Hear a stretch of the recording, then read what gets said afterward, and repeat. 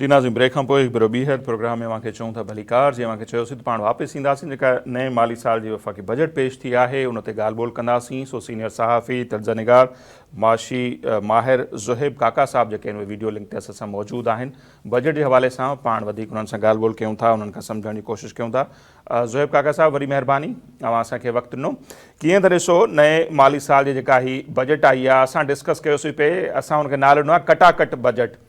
हर मामले में जो आवाम जी फलाह ऐं बहबूद वारा मनसूबा आहिनि, पोइ तरक़ियाती बजट हुजे, हेल्थ हुजे, एजुकेशन हुजे, उन मुख़्तलिफ़ मामलनि में हिकिड़ो कटाकट नज़र अचे थी। कटौतियूं आहिनि ऐं ॿिए पासे टैक्स जी भरमार आहे। ओवरऑल अव्हां हिन बजट खे कीअं ॾिठो?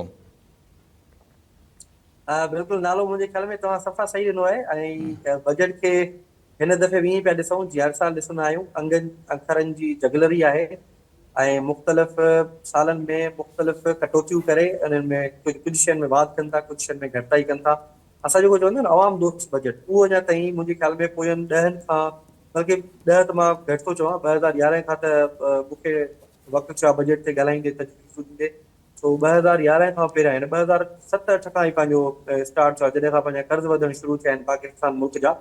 उन खां बि टिल टुडे अहिड़ी का बजट कोन आई आहे नसीर साहब जंहिंमें जेके असां अवाम दोस्त चयो हुजे, या जंहिंमें असां ॾिठो हुजे त को मेजर को फ़ाइदो कंहिंखे मिलियो हुजे। त हिन मां ई अंदाज़ो लॻायो जेकॾहिं 17,573 अरब रुपयनि जी बजट आहे, जंहिंमें 6,501 अरब रुपया रुॻो खसारो आहे। बिल्कुलु। हाणे तव्हां 17,573 अरब रुपयनि मां 6,500 अरब रुपयनि जो खसारो कढो था, उन खां पोइ 8,270 अरब रुपया उन जो तव्हांखे जस्ट तव्हांखे जेको आहे सो जेको वरितल कर्ज़ आहे उन ते तव्हांखे व्याज अदा करणो आहे। सही। इन ॿिनि शयुनि खे ई ॾिसंदे करे हिते इन खां पोइ अॻियां ॼण त ख़ामोशी थी वञे, छो जो एतिरा पैसा जॾहिं तव्हां व्याज में ॾींदा, एतिरा पैसा जॾहिं तव्हां पंहिंजे खसारे में ॾींदा, त पोइ डेफिनेटली किथे रहंदी तव्हांजी ॻाल्हि। उन बजट जी जेका तव्हां आवाम जे मथां ख़र्च कयो, उहा बजट जेका तव्हां मनसूबनि जे मथां ख़र्च कयो, उहा बजट जेका तव्हां मुख़्तलिफ़ मुल्कनि जे अंदरि मनसूबा लॻाइण जे हवाले सां ॻाल्हि कयो था, उहा बजट मुंहिंजे ख़्याल में किथे नज़र कोन थी अचे पाण खे। जेका थोरी घणी चेंज आई आहे हिन दफ़े, उहा ॾिठो वियो आहे त जेके सैलरीड क्लास आहे, पघारदार तबिको आहे, उनजे मथां जेका थोरी घणी घटिताई थी आहे टैक्सेशन जे हवाले सां। उन खां अलावा ॿी त अहिड़ी का बि शइ नज़र कोन थी अचे। जेकर असां मिनिमम वेज जी ॻाल्हि कयूं था त उहो हमेशह वधंदो आहे हर साल, पर मिले किथे थो तव्हांखे ख़बर आहे, असांखे ख़बर आहे। सिंध जे अंदरि जेकर असां इंडस्ट्री ॾिसूं त को 67,000 खां बि मथे इंडस्ट्रीज़ आहिनि पूरे सिंध में, सही। ऐं उन मां जेके रजिस्टर्ड हूंदियूं सिंध हुकूमत सां, उनजे लेबर डिपार्टमेंट में मुंहिंजे ख्याल में को लॻभॻि 20,000 मस इंडस्ट्रीज़ हूंदियूं। 67,000 मां अंदाज़ो लॻायो 20,000 जेके रजिस्टर्ड हूंदियूं, 20,000 जी जेका डेटा आहे उहा हूंदी सिंध हुकूमत वटि। उन सही। मां बि केतिरनि जो पघार मिले थी, कोन थी मिले, उनजो को अहिड़ो को मैकेनिज़म कोन्हे ठहियल, जेकर ठहियल आहे त उहो फॉलो कोन थो थिए। ईअं पूरे पाकिस्तान जी सिचुएशन आहे। तव्हांजे पंजाब जी सूरत हाल ई आहे, तव्हांजी KPK जी सूरत हाल ई आहे, तव्हांजे बलोचिस्तान जी सूरत हाल ई आहे। बाक़ी तव्हां ॾिसंदा त टैक्सेशन मुसलसल पिया वधाईंदा, चाहे तव्हांजो ऑनलाइन ट्रांजेक्शन हुजे, नॉन फाइलर खोड़ सारा मीम्स ठहिया आहिनि कल्ह खां वठी, बल्कि 2 ॾींहंनि खां वठी मुसलसल हलनि पिया। बिल्कुलु। ऐं उन्हनि मीम्स ध्यान में रखंदे करे लॻे पियो त जेके नॉन फाइलर आहिनि उन्हनि जे मथां तमामु घणो हिन वक़्तु जो प्रेशर आहे त हू फाइलर थियनि। फाइलर छा ते थिजे आख़िरकार साहब? फाइलर थियण जा असांखे बेनिफिट्स त ॿुधायो। बिल्कुलु। फाइलर थियण खां पोइ मुसलसल जेका वठ पकड़ हूंदी आहे उहा वधी वेंदी आहे हुकूमत जी तरफ़ खां, जॾहिं बि केरु फाइलर थींदो आहे। त इहो तजुर्बो मुंहिंजो पर्सनल रहियो आहे, मुंहिंजो बि ज़रूरु रहियो हूंदो। त फाइलर थियण खां पोइ हिकिड़े क़िस्म जो ॾचो वधी थो वञे माण्हू जे लाइ, ऐं माण्हू परेशानी खे मोड़ ॾिए थो। सो जेकॾहिं केरु तव्हांजो माण्हू, आम माण्हू, उहो फाइलर थी वञे त उनखे कहिड़ो बेनिफिट आहे हुकूमत जी तरफ़ खां? टैक्स ॾियण वारे माण्हू खे तमामु घणा बेनिफिट्स हूंदा आहिनि पूरी दुनिया में। हेल्थ फ्री हूंदो आहे, एजुकेशन फ्री हूंदी आहे। असां वटि ॾिसो छा सूरत हाल आहे, हेल्थ नाले जी का शइ कोन्हे। एजुकेशन वांजे साम्हूं आहे, स्कूल बंदि आहिनि, दोस्त मुलाज़िम आहिनि, हाणे त हेल्थ में बि दोस्त मुलाज़िम आहिनि। सही। तो मुंहिंजे ख्याल में टैक्सेशन जी ॻाल्हि कजे या कटौती जी ॻाल्हि कजे, तमामु घणी कटौतियूं थियूं आहिनि। अगेन इहा शइ पुछी हुई त जेको दिफ़ाई बजट आहे उनजे अंदरि इज़ाफ़ो थियो आहे, 16 खां 18% मुंहिंजे ख्याल में इज़ाफ़ो थियो आहे। ऐं जॾहिं 20 त ताईं। जेका डेवलपमेंट जी आहे, ऐं डेवलपमेंट जेका बजट आहे, डेवलपमेंट बजट में कटौती थी आहे। उहो 1400 अरब रुपया हुई, हाणे उहा उन्हनि घटाए करे 1000 अरब रुपया करे छॾिया, तरक़ी जी 400 पाण खे अरब रुपया ज़रूरत ईअं कोन्हे न। तरक़ी आहे। पाण खे कहिड़ी तरक़ी, सॼो मुल्क गुलो गुलज़ार लॻो पिया, रोड रस्ता पुलियूं हर शइ आहे पाण वटि। पाण छा कंदासीं तरक़ियाती बजट वधाए करे?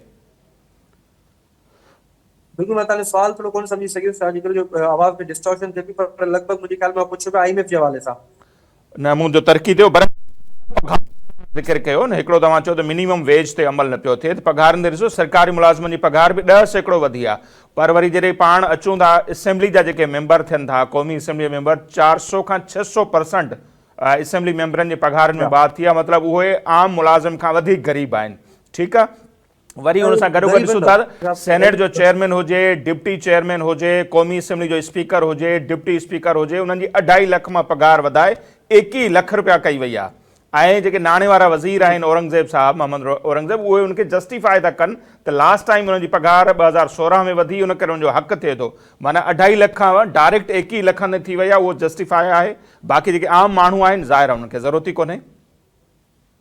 बिल्कुलु, यहाँ छो जो ग़रीब आहिनि असांजा MNA MP मुंहिंजे ख़्याल में तमामु घणा ग़रीब आहिनि, पंजाब जा त सफ़ा ग़रीब आहिनि ऐं वफ़ाक़ जा त उन खां वधीक शायदि ग़रीब आहिनि। त मुंहिंजे ख़्याल में उन्हनि जे पघारनि में वाक़ई सही था, उन्हनि जो हक़ हुयो, वधणु खपंदी हुई ऐं अवां खे जस्टिफाई करणु खपे त ठीकु आहे वधणु खपे। सिंध वारा वीचारा ग़रीब आहिनि, उन्हनि घर गाॾी हर शइ कुझु कोन हूंदी हेठि आहे। हुई। जी जी जी जी ॾिठो वञे त ॾिसो जेका गुरबत जी लकीर खां हेठि जी पाण ॻाल्हि कंदा आहियूं, इन ॻाल्हि मां ॻाल्हि निकिती त गुरबत जी लकीर खां हेठि तव्हां अंदाज़ो त लॻायो त असांजा पूरे पाकिस्तान में केतिरा अंग अखर ॾाढा ख़राबु आया आहिनि हींअर, ऐं हुनमें सभ खां वधीक पाण बलोचिस्तान खे पिया ॾिसूं, नंबर 2 ते सिंध पई अचे जी ऐं सिंध में कुझु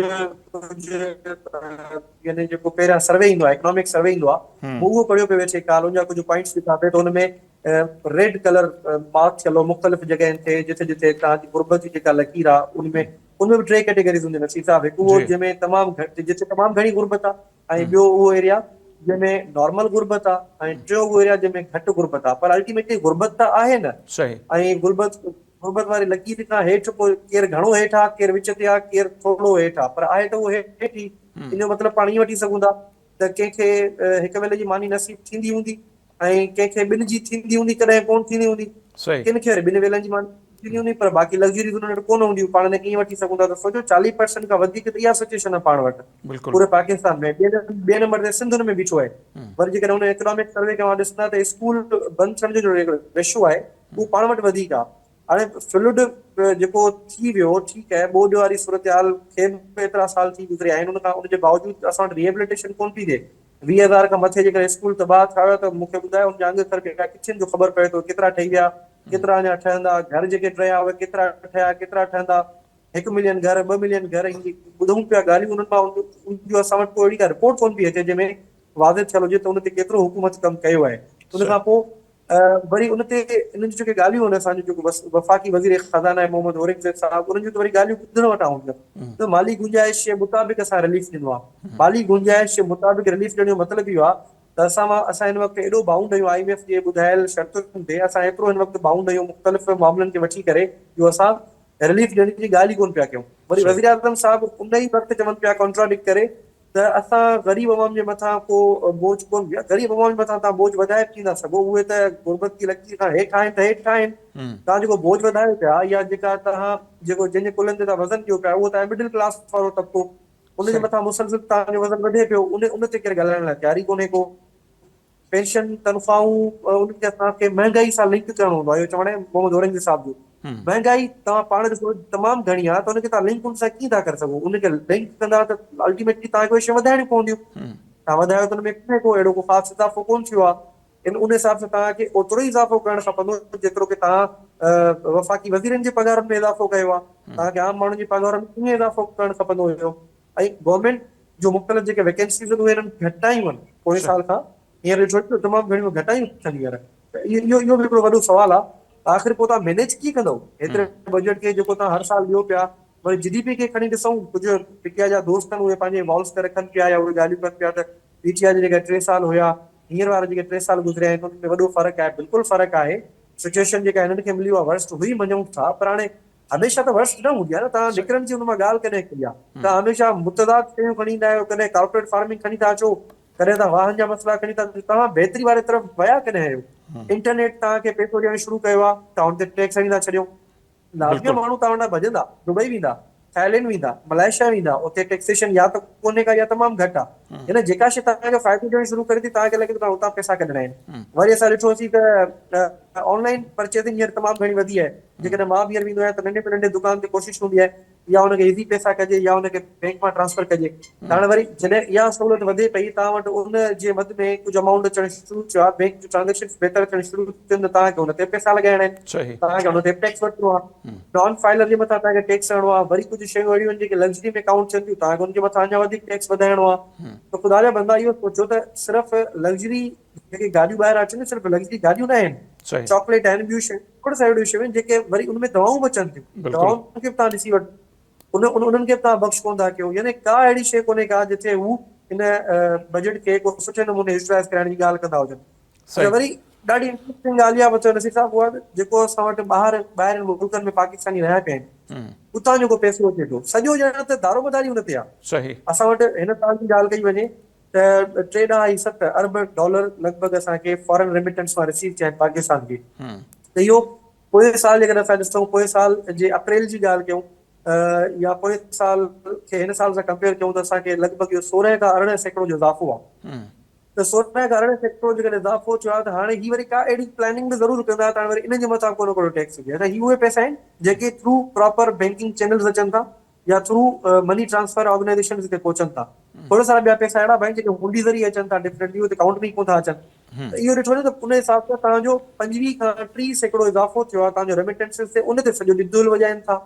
पर ही त अहिड़ी शइ आहे जंहिं ते तव्हांखे दुहिल न वॼाइणु खपे, सही ऐं हिन शइ खे तव्हां जस्ट हिकिड़ो एपिटाइज़र करे वठो या हिनखे तव्हां एक्स्ट्रा एडवांटेज करे वठो त बहितर आहे। तव्हांजी पंहिंजी कारकर्दगी किथे आहे, तव्हां सिहत में केतिरो कमु कयो आहे, तव्हां सिंध हुकूमत पंहिंजा पैसा खणी करे पंजाब में वञी करे अस्पतालूं खोलण जी ॻाल्हि थी करे, वफ़ाक़ अहिड़ी अस्पतालूं कॾहिं खोलींदो आख़िर? असांखे इहो कमु त वफ़ाक़ जो आहे। सही पंजाब सूबो ॾिसी वठो, उहो जेकॾहिं बहितर खां बहितर प्लानिंग करे पियो, नंढनि शहरनि खे वॾनि सां कनेक्ट करे पियो, असां वटि अहिड़ी का ॻाल्हि कोन्हे जी का। हेतिरा साल गुज़री विया, 70, 75, 80 साल थियण थियनि, कोयटा मां तव्हांजो सिंगल रोड थो अचे, हुनजी हालत जेका तव्हां ॾिठी आहे, असां बि ॾिठी आहे। त तव्हां बहितरी जी ॻाल्हि कयो था, जेकॾहिं रोडनि जे ठाहिण जी ॻाल्हि कयो था, आवाम खे रिलीफ ॾियण जी ॻाल्हि कयो था, बजट खे बहितर आवाम दोस्त हुजण जी ॻाल्हि कयो था, त पोइ ही उहे शयूं जेके 80 सालनि खां पेंडिंग में आहिनि, उहे केरु ठाहींदो? सही। अच्छा जी, हाणे आई टी वग़ैरह जो ज़िक्र कयो त फ्रीलांसिंग हुजे, आई टी सेक्टर में दुनिया उते जेको आहे सहूलियतूं ॾेई माण्हुनि खे पाण वटि घुराए पई, असां वटि वरी उन ते 18% उन ते टैक्स। बिजली आहे कोन त माण्हू सोलर ते विया त हाणे सोलर बि महांगो थींदा, प्लेटूं 18% उन ते टैक्स। एजुकेशन जी सूरत हाल ॾिसूं, हायर एजुकेशन कमीशन यूनिवर्सिटीज़ जे हवाले सां जेका बजट हुई 65 अरब मां घटाए 39 अरब रुपया कयो, मतिलबु तव्हांखे तालीम जी बि ज़रूरत कोन्हे, हेल्थ जी बि असांजे माण्हुनि खे ज़रूरत कोन्हे, ऐं हिते जेको आहे बिजली बि मिली थी वञे, सोलर बि महांगो तव्हां करे छॾियो। त इहे जेके क़दम खयां पिया वञनि, इन जा आम माण्हुनि ते केतिरा असरु पवंदो, आम माण्हुनि ते तालीम ते केतिरो असरु पवंदो ज़ैब साहिबु? त ॾाढो ज़बरदस्त सवाल पुछियो आहे। त हिन वक़्तु असां ॾिसूं त पूरे मुल्क में बिजली जी सूरत हाल आहे छा, ऐं जॾहिं हुन में एतिरी असां वटि घटिताई आहे बिजली जी सूरत हाल में, असांजूं जेके मुख़्तलिफ़ डिस्ट्रीब्यूशन कंपनीज़ आहिनि उन्हनि जी सूरत हाल असांजे साम्हूं आहे। ऐं जॾहिं वज़ीर आज़म साहब इहा ॻाल्हि कई त असां आहिस्ते आहिस्ते हिननि सभिनी कंपनीज़ खे या हिननि मुख़्तलिफ़ डिस्ट्रीब्यूशन कंपनीज़ खे आहिस्ते आहिस्ते प्राइवेटाइज़ कंदासीं। उन वक़्तु वरी हाणे इहा ॻाल्हि कजे त जेको आम माण्हू आहे उहो हणावणा करे बैंक मां कर्ज़ खणी हिकु प्लेट लॻाए करे को एयर कूलर लॻाए वेठो आहे, केरु 3 प्लेटूं लॻाए करे पंहिंजे घर जी अधु लाइट हलाए पियो, को जंहिंमें कंहिंमें वस आहे त उहो वरी 5-8 प्लेटूं लॻाए करे पंहिंजे पूरे घर जी बिजली सोलर मां करे पियो। त मुंहिंजे ख़्याल में हुकूमत जे लाइ ॿुधी पवण जो मक़ाम आहे इहो त जेको आम माण्हू आहे, जेके बिजली तव्हांखे प्रोवाइड करणी आहे, सही उहो हिकिड़ो पाण मुफ़्त पंहिंजी पघार मां कर्ज़ खणी करे या बैंकुनि मां कर्ज़ खणी करे कंहिंखां उधर सोधर वठी करे हिकिड़ो सेटअप ठाहे पियो पंहिंजे घर जो। छो जो बिजली जी सूरत हाल इन करे बि असां वटि घणी वरसता, छो जो असां वटि तमामु गर्मी तमामु घणी आहे। इन गर्मी घणे हुजण जे करे हिन वक़्तु पंजाब में बि तमामु घणी गर्मी पई आहे, ग्लोबल वार्मिंग जा असां वटि असर आहिनि। सिंध जे अंदरि तव्हां ॾिसी वठो 50 जे अराउंड तव्हांजो टेम्परेचर वञे थो, त डेफिनेटली बग़ैर बिजली जे तव्हां वेही कोन था सघो। ॻोठनि जी ॻाल्हि कजे नसीब साहब त 2 कलाक बिजली, 24 कलाकनि मां अहिड़ा ॻोठ मूं ॾिठा आहिनि 2 कलाक बिजली आहे। कुझु अहिड़ा ॻोठ बि अथव, अहिड़ा एरियाज़ आहिनि जिते बिजली आहे ई कोन, उते कॾहिं कॾहिं का ईंदी आहे त ठीकु आहे। कहिड़ा ॻोठनि जिते 4 कलाक बिजली अचे थी, जॾहिं उहे ॻोठ अथव जेके वॾनि शहरनि जे भरिसां आहिनि। सही जेकर असां अञा अंदरि जी ॻाल्हि कयूं था उते सूरत हाल वर्स्ट आहे। वरी शहरनि जी ॻाल्हि कयूं, 8 कलाक मिनिमम लोड शेडिंग आहे कंहिं बि एरिया में, चाहे वो डिफेंस जो पोश एरिया हुजे, चाहे वो गुलशन सजाद हुजे कराची जो, चाहे वो हैदराबाद जो कासिमाबाद हुजे, चाहे वो नौशरफ जो सिंध कॉलोनी हुजे। ही मुख़्तलिफ़ इलाइक़ा आहिनि जिते तव्हांखे 8 कलाक त लाज़मी लोड शेडिंग मिले थी। मूंखे ॿुधायो माण्हू सोलर खणण लाइ काॾे वेंदा? सोलर सही ते जेकॾहिं हुकूमत टैक्स कंदी त अल्टीमेटली थींदो छा? थिए छा थो, हुकूमत सदाईं इहो सोचे थी त ॾिसूं त हिन वक़्तु वधीक शइ जो वाइपो किथे आहे, कहिड़ी शइ में घणो वाइपो आहे, उते टैक्स हणी छॾियो त उतां ताईं कमाई अचणु लॻे। सही पेट्रोल जो वाइपो वधीक आहे, हणो लहरी।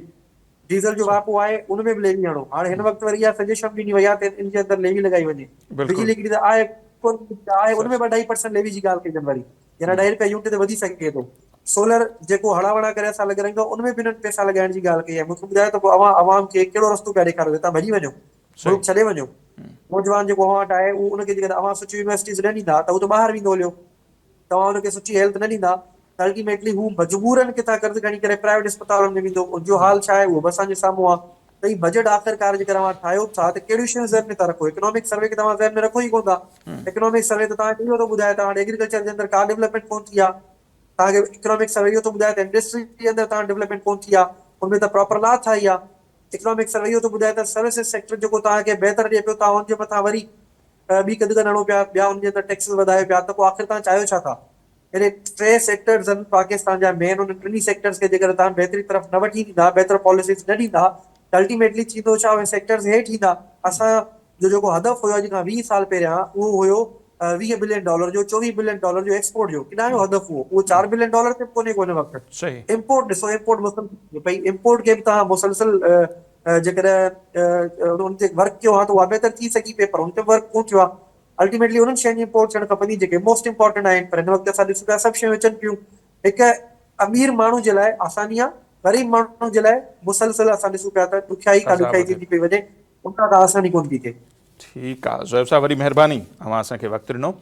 ज़ुहैब काका साहब माशी माहिर आहिनि, एंकर पर्सन आहिनि माशी, ऐं उनजो तजुर्बो अव्हां जे साम्हूं आहे। सो ॻाल्हि उहा ई आहे त जेके बि अहम सेक्टर जंहिंमां माण्हुनि खे को रिलीफ मिली सघे, जीअं मूं अव्हांखे ॿुधायो त हायर एजुकेशन कमीशन जी बजट हुजे, हेल्थ जे हवाले सां बजट हुजे, तरक़ियाती बजट हुजे, उहे सभु जेके आहिनि उन्हनि में असांखे कट ई नज़र आया।